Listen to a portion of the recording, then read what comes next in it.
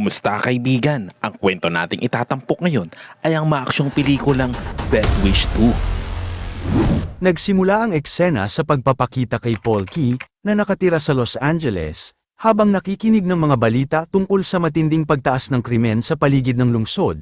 Kasama niya ang kanyang kasambahay na si Rosario. Ilang sandali pa, nagpaalam na siya dito upang makipagkita sa kanyang kasintahan at isang reporter na si Jenny Nichols. Umalis ang dalawa upang sunduin ang anak ni Paul na si Carol, na nasa isang mental facility. Pagkatapos ay sinama nila ito upang mamasyal sa bayan. Maya-maya'y iniwan muna sila saglit ni Paul para bumili ng ice cream, kung saan napadaan naman siya sa isang grupo ng mga gang na nagsimulang pag-tripan siya. Ang isa sa mga lalaki ay lumakad patungo sa kanya at binangga si Paul. Ilang sandali pa ay napagtanto niya na ang kanyang wallet ay nawawala. Hinabol ni Paul ang mga lalaki at ang isa ay nagawa niyang mock corner sa isang eskinita. Ito ay si Jiver. Bumunot ito ng kutsilyo, ngunit nagawa ni Paul na desarmahan ito. Sinabi nito na wala sa kanya ang wallet ni Paul, kaya nagpasya si Paul na iwanan na lang ito. Bumalik siya kina Jenny at sinabing nawawala ang kanyang wallet. Sinabi naman ni Carol na maaaring naiwan niya ang wallet sa bahay, kaya't naglakad na lamang sila papunta sa pier kung saan niya iniwan ang dalawa, dahil may interview siya sa isang senador. Samantala, dahil nakuha ang kanyang wallet, natunto ng mga grupo ng gang ang address ni Paul mula sa kanyang ID. Dala ang isang van na malaki.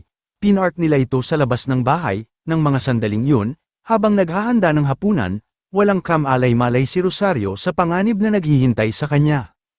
Ang isa sa mga lalaki ay kumuha ng crowbar habang ang isa naman ay nag-doorbell na nagkukunwaring may ihahatid na parcel para kay Paul. Nag-alinlangan si Rosario kung pagbubuksan ito, kaya tinanong niya ito ngunit biglang pumasok ang isang lalaki sa likod, sa pamamagitan ng pagbasag sa salamin ng pinto.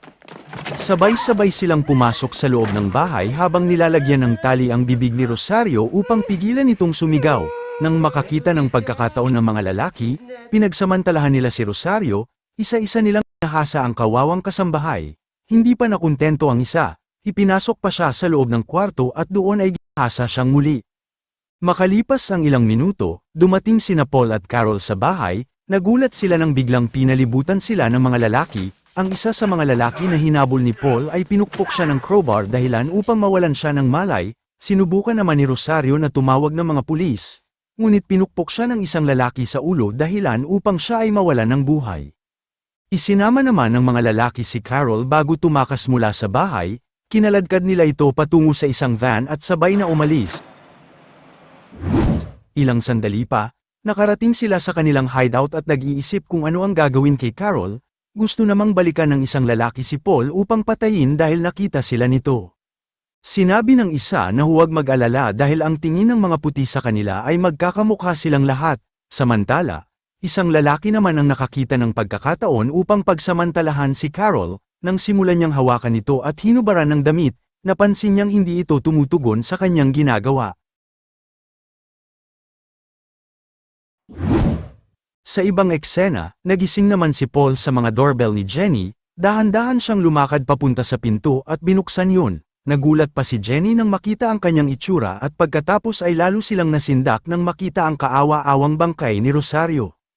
Samantala, natapos na ang isang lalaki sa pagsasamantala kay Carol at nang makita muli ni Carol na naghuhubad ang isa pa sa mga ito, mabilis siyang tumakbo dahilan upang habulin siya ng mga ito. Tumalon siya sa bintana at sa kasamaang palad, mga bakal na bakod ang kanyang binagsakan. Sa ibang eksena naman, makalipas ang ilang oras, dumating ang mga pulis at kinuha ang katawan ni Rosario. Dumating din si Inspector Manowitz upang makakuha ng higit pang detalye tungkol sa mga umatake sa bahay ni Paul. Nagtanong din sila tungkol kay Carol.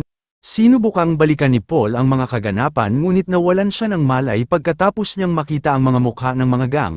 Nangako naman ang inspector na gagawin ang lahat ng kanyang makakaya upang mahanap ang mga lalaki. Pagkatapos ay inabot niya kay Paul ang isang glass figure na binili niya para kay Carol sa kanilang day out. Kinabukasan, sinabi ng isang pulis kay Paul na natagpuan na nila ang katawan ng kanyang anak na babae. Agad na nagpunta si Paul at Jenny sa morgue upang makilala ang katawan ng anak. Malungkot at hindi makapagsalita ng maayos si Paul nang makita ang anak. Mula nang mawala ang pamilya ni Paul, hindi na siya lagi makatulog ng maayos. Kinabukasan, Araw ng libing, tinitingnan niya ang kanyang anak habang dahan-daang binababa ito sa lupa. Pagkatapos ng libing, sinabihan siya ng kanyang amo na magpahinga ng ilang araw, ngunit sinabi ni Paul na babalik siya sa lalong madaling panahon. Sa mga lumipas na araw, inubos ni Paul ang oras sa tabi ng kakahuyan, kung saan makikitang nagsisibak siya ng mga panggatong upang ilabas ang kanyang stress. Pagkatapos ng ilang linggo, bumalik na si Paul sa trabaho, kung saan nagtatrabaho siya sa isang kumpanya na nagdidisenyo ng mga bagong gusali. Pagkatapos ay nakipag-meeting siya sa may-ari ng istasyon ng radyo kung saan nagtatrabaho si Jenny na kung saan siya din ang magdidisenyo ng bagong gusali ng mga ito. Nakita naman siya ni Jenny at inimbitahan siya na mag-date silang dalawa, ngunit wala sa mood si Paul kaya tinanggihan niya ang alok ni Jenny. Samantala, kinausap siya ng mga pulis at gustong ipakita sa kanya ang ilang mugshot ng mga lalaking umatake sa kanyang bahay, ngunit sinabi ni Paul na wala siyang natatandaan sinuman sa mga ito. Kinagabihan, kinuha niya ang kanyang baril mula sa pinagtataguan nito, kinargahan ito ng bala at pagkatapos ay pinark ang sasakyan at umalis, palakad-lakad siya sa lungsod habang kinikilala ang bawat kriminal na umatake sa kanila at pumatay sa kanyang anak na babae. Nagpalit din siya ng itim na damit pagkatapos ay tumungo sa loob ng lungsod kung saan nagpunta siya sa isang motel at nagrente ng isang silid at nagpanggap sa pangalang Mr. Kimball. Dito niya isasagawa ang kanyang mga plano. Kinaumagahan, nagulat siya nang gisingin siya ni Jenny, na nakapasok na pala sa loob ng kanyang bahay. Palihim niyang itinago ang kanyang baril na nakalabas pa sa drawer. Nang makaalis na ng bahay si Jenny, tumawag siya sa isang locksmith upang ipabago ang lock ng kanyang bahay. Nang sumunod na gabi, nagpasya si Paul na tumambay at umikot-ikot sa bayan. Habang nakaupo sa isang tabi, nakita niya ang isa sa mga lalaking dumukot sa kanyang wallet na pinangalan ng Stumper. Nakita niya itong nakipagkita sa iba pang mga lalaki at sinimulang sundan ang mga ito. Nagtungo ito sa isang abandonadong gusali kaya't agad niyang isinuot ang kanyang guwantes upang paghandaan ang mangyayari. Pumasok siya sa loob ng mabahong building habang hawak ang kanyang baril. Dahan-daang lumapit sa mga lalaking gumagawa ng deal. Biglang binaril ni Paul ang isang lalaki at sinabihan ng iba na umalis na sa lugar. Maliban kay Stumper, na sinabihan niyang huwag kikilos sa kanyang kinatatayuan. Ngunit, tumayo si Stumper na nakangisi sa kanya. Nakita ni Paul ang suot nitong kwintas na krus, sabay sabi na makikita na niya si Judas sa lalong madaling panahon, at pagkatapos ay binaril niya ito. Bumalik naman agad si Paul sa silid ng kanyang motel kung saan dito niya itinatago ang kanyang baril. Kababalik niya lang sa kanyang bahay nang marinig na tumatawag si Jenny sa kanya at nagtataka kung bakit hindi niya sinasagot ang mga tawag nito. Sinabi na lamang niya na tumatawag tuwing gabi ang mga telemarketer kaya't iniiwasan niyang sagutin ito. Pagkatapos mag-usap sa telepono, nagdesisyon ang dalawa na lumabas sa araw ng Biyernes, pagkatapos ay napanood niya sa telebisyon ang mga balita tungkol sa pagkamatay ni Stumper. Sa sumunod na gabi, si Paul ay muling nagtungo sa kanyang motel room at kinuha ang kanyang baril. Sa gabing yun, naglakad siya muli sa bayan nang bigla niyang marinig ang sigaw na nagmumula sa isang underground parking lot. Nagtungo si Paul sa lugar upang tingnan ito at nakita ang ilang goons na binibiktima ang isang mag-asawa. Hinihila ng mga ito ang babae papunta sa isang van. Sumunod si Paul sa mga ito at pinagbabaril ang unang dalawang lalaki. Lumabas ang isa pang lalaki mula sa van at binaril ulit ito ni Paul, nagawa namang tumakas ng isa.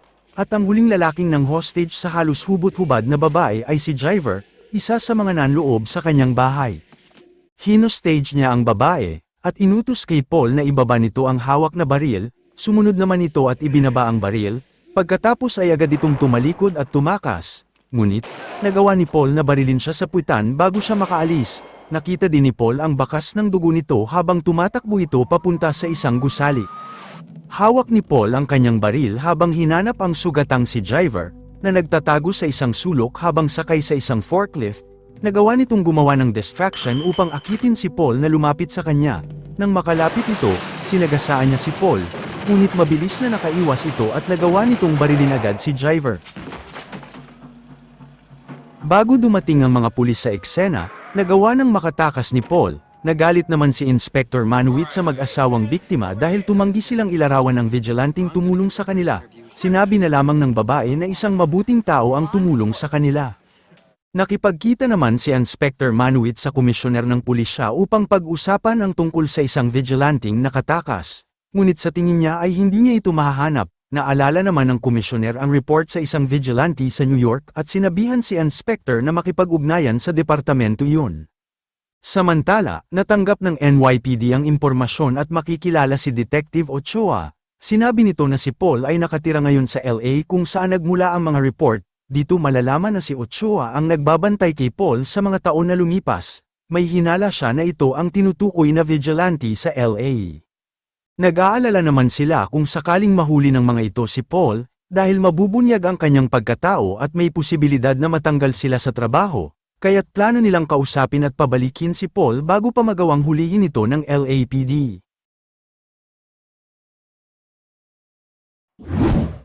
Pumunta sa LA si Ochoa upang imbestigahan si Paul at pigilan ito kung siya nga ang vigilante. Dumating si Ochoa sa LA at nakipagkita sa isang contact kung saan niya nalaman na ang kasambahay ni Paul at ang anak na babae nito ay pinatay.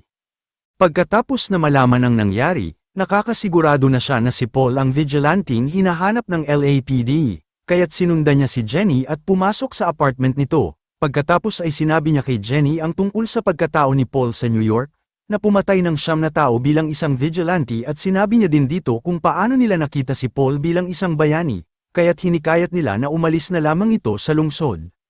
Ngunit, ngayon ay nangangamba si Ochoa dahil iniisip niya na muli itong bumalik sa pagiging vigilante. Nakiusap naman si Ochoa kay Jenny na kausapin si Paul, sa palagay niya ay makikinig ito sa kanya kung pipigilan ito si Paul, naiwan naman si Jenny na maraming tanong sa isip. Kinabukasan, binisita ni Jenny si Paul, saktong kadarating din ni Paul nang makita niyang kumakatok si Jenny. Sinabi niya ditong kasama ang isang lalaking kaibigan, kinuwento naman sa kanya ni Jenny ang pagbisita ni Ochoa at ang mga akusasyon nito sa kanya. Itinanggi ni Paul ang lahat ng sinabi nito na parang isang inosente. Sinabi naman ni Paul na naalala niya si Ochoa. Ngunit matagal na silang di nagkikita, pagkatapos ay inaliw-aliw ni Paul si Jenny at iniba ang usapan. Maya-maya'y hinalikan niya ito at natapos ang kanilang pag-uusap. Isang gabi, tumawag si Ochoa sa isang contact niya at sinabing iparada ang kanyang sasakyan sa labas ng bahay ni Paul. Nakita naman ni Paul ang kotse na huminto sa labas. Umalis naman siya at sa likod dumaan, hindi alam ni Paul na nasundan pa din siya ni Ochoa. Pagbalik sa motel, nagpalit ng damit si Paul at muling nagpalakad-lakad sa bayan. Nang makita niya si Cutter at 2 pang thug na sumasayaw sa parke at naalala ang kanilang mga mukha mula sa pag-atake na ginawa nila sa kanyang bahay. Hindi naman siya nakilala ng mga lalaki, kaya't pinagmamasdan silang mabuti ni Paul at sinundan ang mga ito na sumakay sa isang pampublikong bus. Si Ochoa ng mga sandaling iyon ay nakasunod malapit sa likod ng bus. Nagsimula ang mga lalaki na mangharas ng isang babaeng pasahero ngunit nanatili si Paul sa kanyang distansya. Pagkaraan ng ilang sandali ay bumaba ang mga ito. Ilang sandali lang, bumaba na din ng bus si Paul.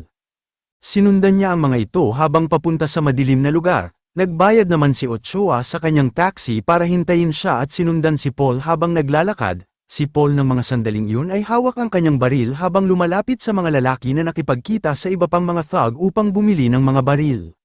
Sa mga sandaling iyon, habang nakasunod si Ochoa nakita niya ang isang sniper na nasa taas ng puno at tina-target si Paul. Binaril niya agad ang sniper kaya't naalarma agad si Paul, nakipagpalitan siya ng putok sa mga lalaki ngunit, sa kasamaang palad, tinamaan ng bala si Ochoa. Nagawa namang barilin at patayin ni Paul si Cutter, nabaril naman ng 2 guns ang dealer ng mga armas na naging sanhi ng pagkalaglag nito sa bangin. Nakatakas si Paul mula sa pinangyarihan at nagulat nang makita si Ochoa na nandoon. At bago pa man ito malagutan ng hininga ay sinabi nito kay Paul na ipaghiganti siya sa mga lalaki. Pagkatapos, nakaalis na si Paul nang dumating ang mga pulis. Sa kanilang pagsusuri kung ilan ang namatay, nakita nila ang isang lalaking nag-aagaw buhay. Tinanong ni Inspector Manuit kung sino ang nakapatay kay Ochoa. Sinabi naman ng lalaki ang pangalang Charles Wilson bago ito tuluyang bawian ng buhay. Kinabukasan, pumunta si Paul sa istasyon ng radyo ni Jenny at nalaman na ang mga pulis ay nagpaplano ng isang malaking pagsalakay upang mahuli si Charles. Nakita naman niyang may inabot na lumang scanner ang isa sa mga kasama ni Jenny, pinakinggan niya ito at narinig na naghahanda na ang mga ito para sa kanilang operasyon. Agad na nagmaneho si Paul papunta sa lugar kung saan i-raid si Charles. Nakita niya ang mga lalaki na naghahanda sa kanilang pagsalakay habang si Charles ay makikitang pumasok sa isang gusali. Pinarado naman ni Paul sa likod ng gusali ang kanyang sasakyan. Pagkatapos ay pumunta sa rooftop, nakapasok siya sa gusali kung nasaan si Charles at inihanda ang kanyang baril. Pumunta siya sa silid kung saan nagtatago si Charles. Ngunit si Charles na nasa ilalim ng impluwensya ng droga ay nagawang masugatan nito ang braso ni Paul at sinubukang tumakas. Habang nasa kalye, ang mga pulis ay sinubukang harangin si Charles ngunit siya ay masyadong palaban kaya't nagtulong-tulong ang mga pulis upang dakpin siya. Si Paul naman ng mga oras na iyon ay nagbihis pabalik sa kanyang motel, ginamot niya ang sugat sa kanyang braso, nagbihis at bumalik sa kanyang bahay. Dumating naman kaagad si Jenny at pagkatapos ay ipinakita sa kanya ang pahayagan na nag-uulat ng pagkamatay ni Ochoa at pagkakahuli sa lalaking pumatay dito. Pagkatapos ay muling umalis si Jenny upang maghanda para sa kanilang date ng gabing iyon. Samantala, sa paglilitis para kay Charles, idineklara ng hukom na siya ay kriminal na may sakit sa pag-iisip kaya't ipinadala siya sa isang mental hospital. Si Jenny naman ay na-assign na magsulat ng article tungkol sa doktor na gumagamot kay Charles. Nalaman ni Paul na i-interviewin ito ni Jenny sa hospital kaya pa simple niyang tinanong ito kung maaari siyang sumama dito. Pumayag naman si Jenny. Habang naroon sa opisina ng doktor, nagpaalam sandali si Paul upang pumunta sa banyo. Ngunit pumasok ito sa locker room ng doktor kung saan nakakita siya ng coat na may kalakip na ID. Ninakaw niya ang ID at nagawa niyang gumawa ng peke para sa kanyang sarili. Sa ibang eksena, nagkaroon ng pagkakataon na lumabas si Paul at Jenny, hindi na pinatagal pa ni Paul at nag-propose na siya kay Jenny at inalok ito ng kasal. Masayang tinanggap naman ito ni Jenny, nagplano silang magbakasyon pagkatapos ng kasal at makikitang sobrang excited na nito. Kinabukasan habang inihahanda ni Paul ang kanyang sarili upang maisakatuparan ang kanyang plano, nagpunta siya sa hospital at nagpanggap na doktor pagkatapos ay dinala siya sa silid ni Charles. Agad namang binunot ni Paul ang kanyang baril ngunit nagawa ni Charles na desarmahan siya. Nagkaroon ng kaguluhan sa pagitan nilang dalawa, nagawa ni Charles na saksakin muli si Paul sa dibdib. Ngunit lumaban si Paul at nagawa nitong maipit ang braso ni Charles sa isang panel na may mataas na boltahe ng kuryente. Sinamantala ni Paul ang pagkakataon, kinuryente niya ito hanggang sa mamatay.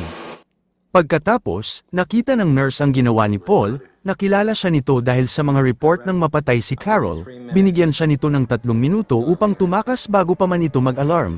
Mabilis na tumakas si Paul pabalik sa kanyang silid sa motel upang gamutin ang kanyang mga sugat. Samantala, si Jenny ng mga sandaling iyon ay dumating sa kanyang apartment kung saan nalaman nitong si Paul ay gumawa ng isang peking ID ng doktor. Kasabay nito ay nalaman niya sa balita ang pagkamatay ni Charles. Tinanggal niya ang kanyang engagement ring at iniwan na si Paul na ilang sandali lang saka naman ito dumating. Ilang buwan ang nakalipas, dumalo si Paul sa isang presentation ng kanyang design para sa gusaling itatayo sa istasyon ng radyo. Inimbitahan siya ng may-ari sa isang launch party. Nagtanong naman ito kung bakit laging hindi available si Paul tuwing gabi. Tumawa lang ito, pero ang totoo, nasa lansangan siya tuwing gabi at patuloy ang kanyang pagpatay sa mga masasamang loob. Kung umabot ka sa punto ng video na ito kaibigan, at kung nagustuhan mo rin ito ay pwede bang pakitype mo naman sa comment section ang salitang napaka-angas. Kung nais mo pa ng mga ganitong klase ng video ay paki-search lang sa search bar ang ating channel na Agnes Project. Baka maaari ding palike naman ang video at pa-subscribe na rin po. At kung may time ka ay panoorin mo na rin ang buong pelikula. Maraming salamat po. Sana'y nagustuhan mo kaibigan ang kwentong ating itinampok. Kung magkagayon ay baka naman pwedeng pakilike ang video ito at pasubscribe na rin sa aking channel. Kung hindi mo naman ito nagustuhan ay pwede mong pindutin ang dislike button ng 2 beses para makasigurado ka.